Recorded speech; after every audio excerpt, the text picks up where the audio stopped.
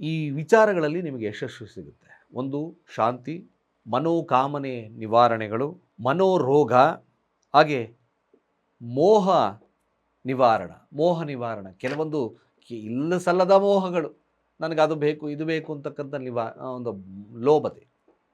ಆ ಮೋಹದ ನಿವಾರಣೆಗಳು ಈ ಮಂತ್ರದ ಸಹಾಯದಿಂದ ಉಪಶಮನವನ್ನು ತಗೊಳ್ಳುತ್ತೆ. ಮೇಲಾಗಿ ಮನಸ್ಥಿತಿಯನ್ನು ಸದೃಢವಾಗಿಟ್ಕೊಳ್ತಕ್ಕಂಥದ್ದು ಬರ್ತದೆ. ಈ ಮಂತ್ರ ಭಾಳ ವಿಶೇಷವಾಗಿ ಓಂ ಆತ್ರಿಪುತ್ರಾಯ ವಿದ್ಮಹೇ ರೋಹಿಣೇಶಾಯ ಧೀಮಹಿ ತನ್ನೋ ಚಂದ್ರ ಪ್ರಚೋದಯಾತ್. ಓಂ ಅತ್ರಿಪುತ್ರಾಯ ವಿದ್ಮಹೇ ರೋಹಿಣೇಶಾಯ ಧೀಮಹಿ ತನ್ನೋ ಚಂದ್ರ ಪ್ರಚೋದಯಾತ್. ಇನ್ನೊಮ್ಮೆ ಹೇಳ್ತೀನಿ, ಓಂ ಅತ್ರಿಪುತ್ರಾಯ ವಿದ್ಮಹೇ ರೋಹಿಣೇಶಾಯ ಧೀಮಹಿ ತನ್ನೋ ಚಂದ್ರ ಪ್ರಚೋದಯಾತ್.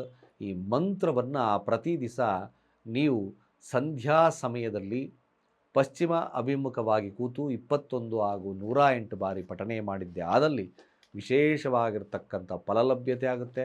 ಈ ಎಲ್ಲ ಸಮಸ್ಯೆಗಳು ನಿವಾರಣೆ ಆಗ್ತಕ್ಕಂಥದ್ದು ಈ ಏಕೈಕ ಚಂದ್ರ ಗಾಯತ್ರಿ ಮಂತ್ರದಿಂದ ಅಂತ ಹೇಳ್ತಾ, ಸರ್ವೇ ಜನ ಸುಖಿನೋ ಭವಂತು.